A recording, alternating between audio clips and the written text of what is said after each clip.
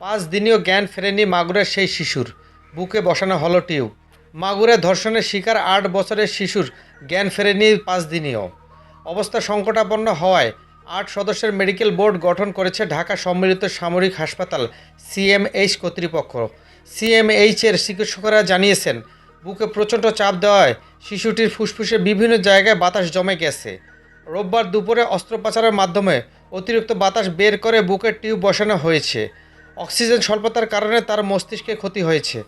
শিশুটির মা ফোনে জানান, হাসপাতালে মেয়ের শয্যা পাশে আছেন তিনি। কোনো নড়াচড়া নেই। সুস্থ করে তুলতে চিকিৎসকেরা সর্বোচ্চ চেষ্টা করছেন। রোববার সকালে স্বরাষ্ট্র উপদেষ্টা জাহাঙ্গীর আলম চৌধুরী শিশুটিকে দেখতে সিএমএইচে যান। খোঁজখবর নিয়ে তার সর্বোচ্চ চিকিৎসা সেবা নিশ্চিতে হাসপাতালের কর্তৃপক্ষকে নির্দেশ দেন তিনি। দোষীরা কোনোভাবেই ছাড় পাবে না বলে হুঁশিয়ারি দেন উপদেষ্টা।